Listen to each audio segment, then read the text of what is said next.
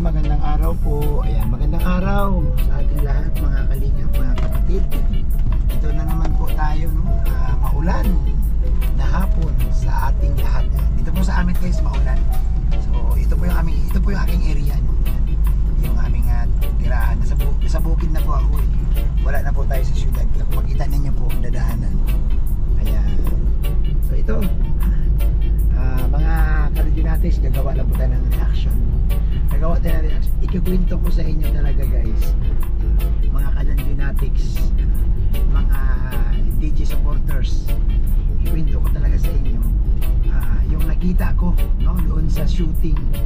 Siyempre, pwede ko na ikwento to ngayon dahil naka 24 hours na si Kalinga Prab. Yun.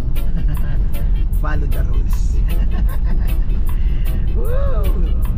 So siyempre minsan nakagawa tayo ng mali, pero paumaning po sa lahat po ng sabi ko nga na saktan yun sa nangyari.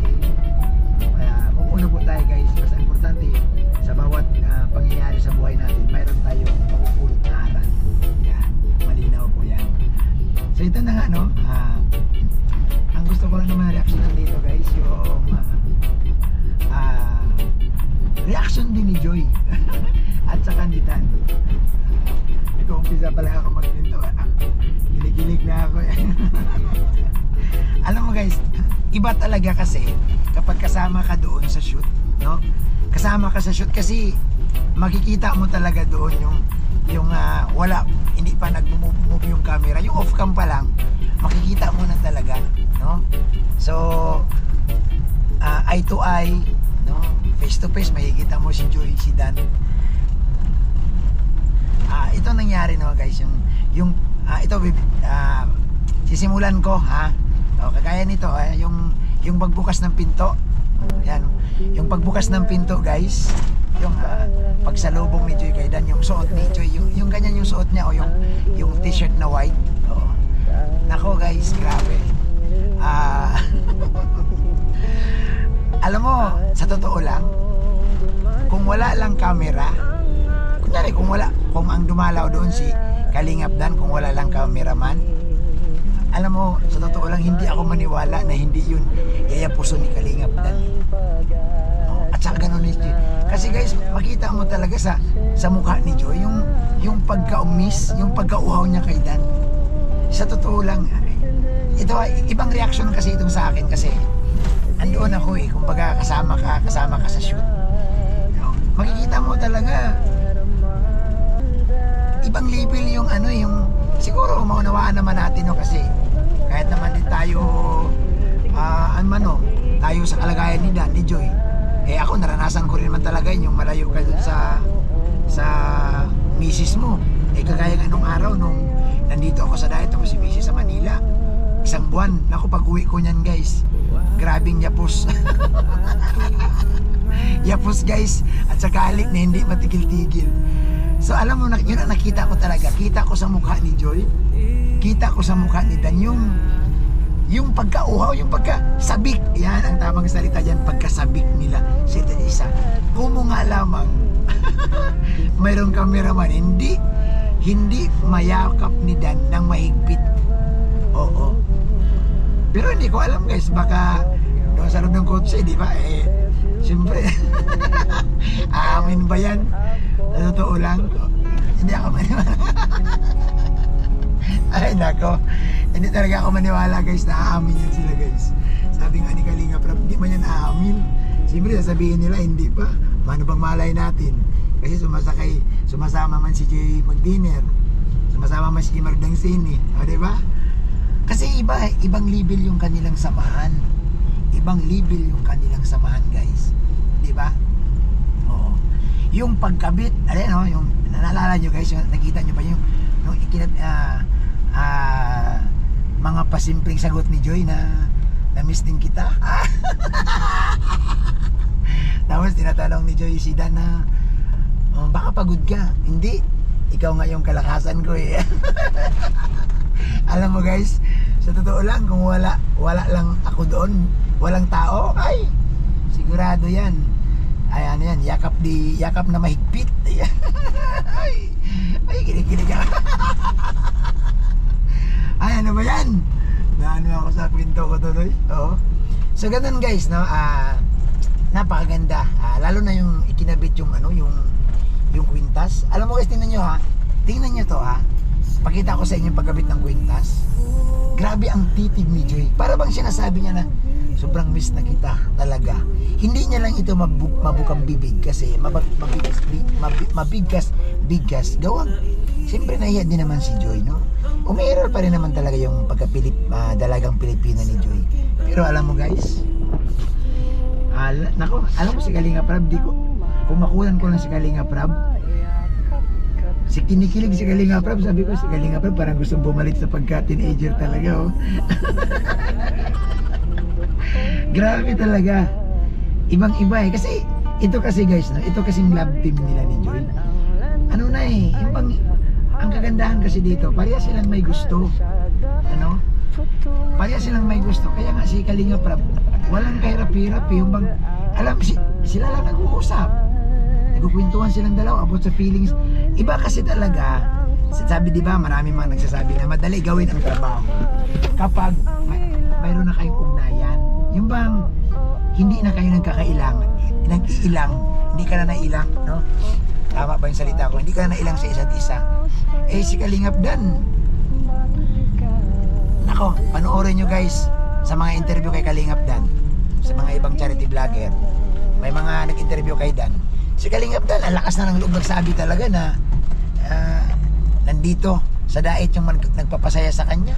Nandito sa dait ang nagbibigay sa kanya ng saya. Si Joy ang nagbibigay sa kanya ng kasiyahan. Ganon si Kalingap din kabukal na ngayon, no? Kaya nako, ako no doubt ako guys, no?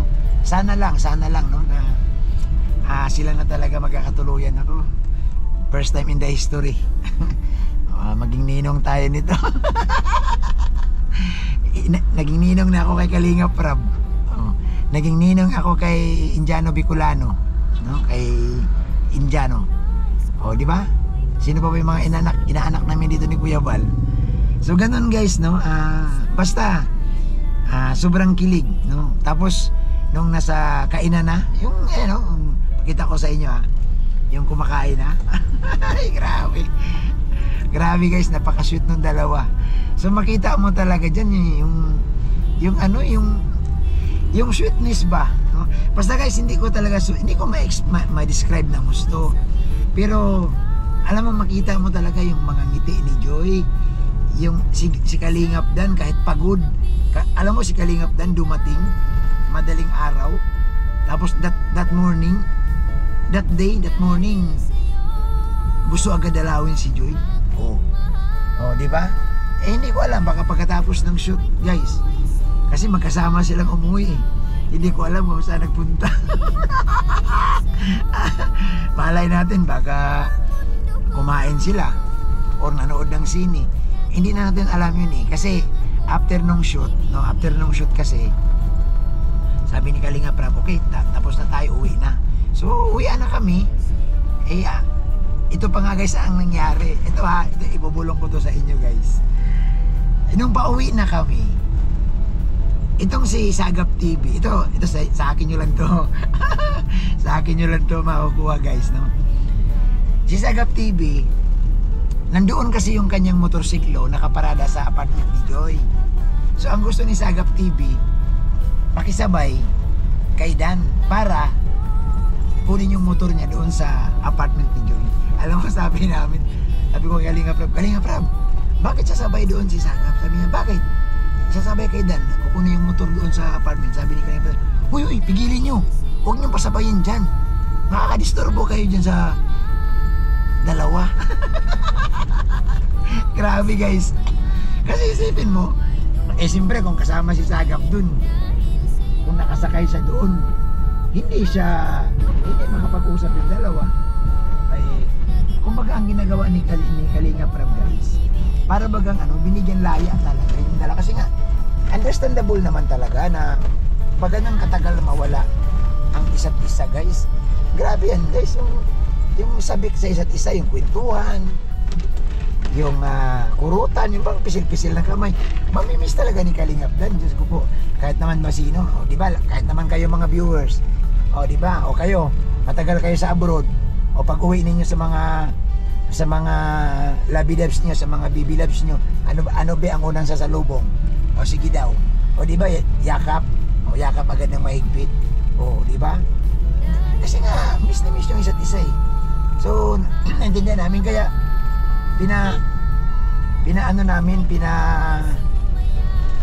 pinababa namin si Sagap. Alam mo kung saan si Sagap sumakay, guys? Doon kay Vincent Calyada. Umangka siya doon. Sabi ni Kalinga Prab, huwag kang sumabay dyan kasi pagbigyan natin dalawa kasi mukhang hindi pa guys, hindi pa tapos si Kalingap Dan sa kwentuhan kay Joy. So ganoon ang nangyari, ha? So grabe, sobrang sobrang saya. Alam mo, gustong-gusto ko yung reaction ni Joy at saka nila yung pagbukas ni Joy ng pinto, yung nakasuot pa si Joy ng white t-shirt.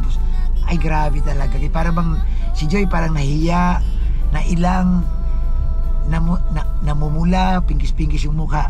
Kasi para bang hindi niya kasi alam mo yung gano'n guys, na hindi mo agad-agad ma-express yung feelings mo, hindi niya mayakap si Dan kasi siyempre andoon kami. Oo, andoon yung cameraman. Oo. Pero ay grabe. Basta guys, talagang sulit, no? Ako na nagsasabi sa inyo guys. Ay grabe, yung pag-uwi talaga, no? Ang pag-uwi nila ni Joy, sabi ko, hingang malalim. Hingang malalim, sabay sipa ng kanang paa. Oh, yun, gano'n yun. Oy guys, nandito na pala ako guys, sa lugar nila Beyonce. Dito na sa Taisan na ito. Marami nang hindi pa rin matapos-tapos yung pagwawidening guys kasi ayan hindi pa tapos kasi maulan. Pag umulan kasi natigil yung gumagawa, hindi man po pwede. So pinaantay ang pag-init na naman, kaya lang maulan na naman, kaya stop na naman ang gawa. Pero ayan, kita nyo naman yan. So dito po, Taisan po ito guys, pinagaganda ng gusto. So yun po mga kalingap. So sana guys, no, abangan nyo po yung itong aking reaction. Kakaiba, no? Grabe, basta ako guys, iba yung nakita ko kay Joy. Ako alam ko na parang hindi man nila talaga aminin yun pero baka sa tingin ko meron na silang pag nag-uunawaan na talaga sila.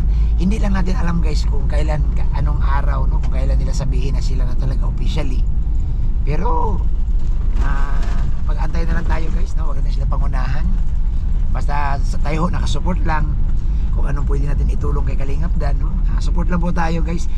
Maganda niyan, i-share natin ang mga video ni Kalingap Dan kasi may mga charities Kalingap Dan. Siyempre po, huwag niyo din po ako kalimutan, no? May mga charity din po tayo. May mga yung aming pagdadalaw sa mga pabahay ni Kuya Bal, ni Kalingap Prab, nagbibigay din kami doon ng tulong sa ating sa mga may-ari ng mga beneficiary ni Kuya Bal, no? So sana po matulungan niyo din po ang aming channel. Huwag po kayo mag-skip ng ads. Napakalaking tulong po yan, no? Yung hindi kayo mag-skip ng ads kasi dyan po talaga, sa totoo lang, dyan po talaga nagkakaroon ng revenue ang mga kagaya sa amin na content creator kapag kayo hindi nag-skip ng ads. So maraming salamat sa lahat, no? Salamat kay Kuya Bal, kay Ate Edna, Kalingap Prab. Kuya Bal, ingat kayo dyan, no? Sa Hong Kong. Ingat po kayo sa inyong pagpunta sa Hong Kong. And shoutout din po sa lahat ng Keyboys. Yan, kay Tatong Itlog, kay Ato, kay Yuyo. Shoutout po. At siyempre guys, no, shoutout po sa team A1, sa Founders team, no? At sa aking bubuing guys, no? Magbubuo tayo ng Team Gala. Team Gala para naman marami pong tayong makakasama, no? At marami pong viewers ang gagala, no? Ang gagawin natin ng Team Gala guys, ito yung tutulong sa ating mga charity, no? Sa pag-share ng video, makakatulong po yan, no? Gamitin natin ang GC guys na maging positibo, wag po sa ikakasama ng karamihan. So maraming salamat sa inyong lahat guys. Thank you. At gano'n na nga, no? Happy lang, no? Kilig-kilig lang. Uy, grabe. Salamat po. God bless. Isang mapagpalang araw guys sa inyong lahat. Bye.